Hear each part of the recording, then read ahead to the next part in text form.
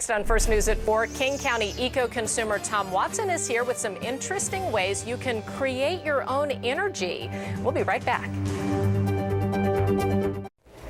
Solar panels are popping up like flowers on Seattle area homes, but solar power is just one of the ways to create your own energy. King County EcoConsumer Tom Watson joins us again today with some examples of several innovative methods of producing renewable power at home. This is fascinating.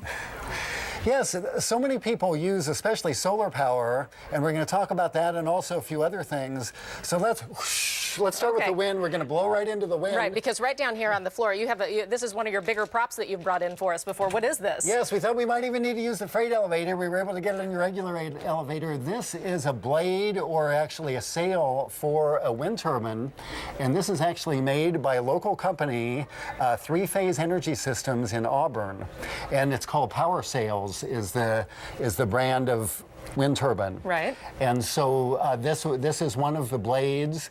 And wind energy is not very practical for many folks in our area because there just isn't enough wind. But if you live right on the coastline, like on an island, or maybe in the mountain foothills, if you have a high enough tower, you might be able to use a wind turbine like this or like one of the other systems that are available. Okay, what else do you have? Solar panels are really making sense for people. There are these community and neighborhood programs. There's one called Solarize Seattle, where a bunch of people in a neighborhood go together and you get a bulk discount. Right.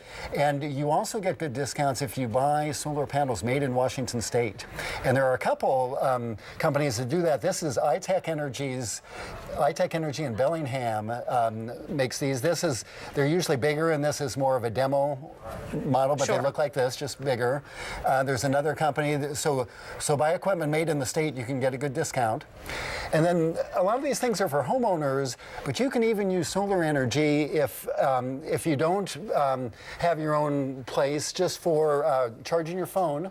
Oh, right. Cool, like people take these camping, right? Yes. Yeah. And these have been for a while. Solar powered chargers for phones and music players have been around, but they're getting better. This one is called the Waka Waka, and it has a light in it, or so a reading light, and it has a lot of power. It's lighter and more durable and more portable, and you can hook it right up to your phone, so it'd be great for camping. Yeah, if you have to take your electronics camping, that's a good way to power them. And this is a music speaker from Eaton. It is the Rugged Ruckus, it's called, and that also that's the solar panel right there.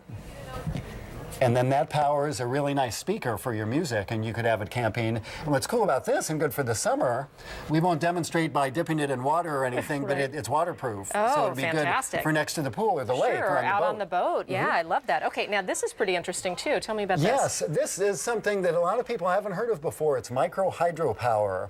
So we were talking before the segment about how a lot of our energy in Washington State is generated by hydropower from the big dams. Right. 66% of our energy in our state, which is great. It's a cleaner type. You can, if you have a stream on your property, especially one going down a hill where there's a slope, you can use that. These are called Pelton wheels, and this one I think is brass, and this one is plastic. So the water just spins, and it's like an old-fashioned water wheel, and this makes power. You can use it, hook it up to a stream and make electricity. And you told me you could maybe get up to 10 or even 20% of the power for your house. I was just kind of depending. Pulling that out of but that's just thinking about it. I think if you had a small house and a stream with a slope and that much water going, you could probably approach that. Yeah, okay. Don't take that one to the bank. I think but it's more consistent than some of these other sun. You know, we don't have tons of sun some of the time. You might not have the wind. The stream power is more, micro hydropower is more consistent. Sure. And then lastly, we have geothermal, or ground source energy.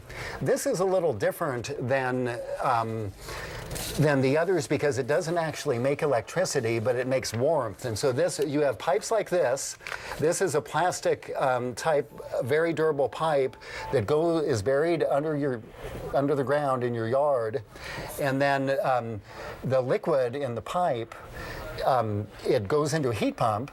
and it warms your home in the winter and cools it in the summer. And this is an illustration right here that shows how that works. And this is an example of the pipe. This is from a company called Gensco, a wholesaler that gave us those. Tom, thank you very much. What great ideas for people to use. Appreciate it. For more information on these ideas, you can go to our website, KOMOnews.com, and click on KOMO4 TV. Great to see you as always. Yeah, you too.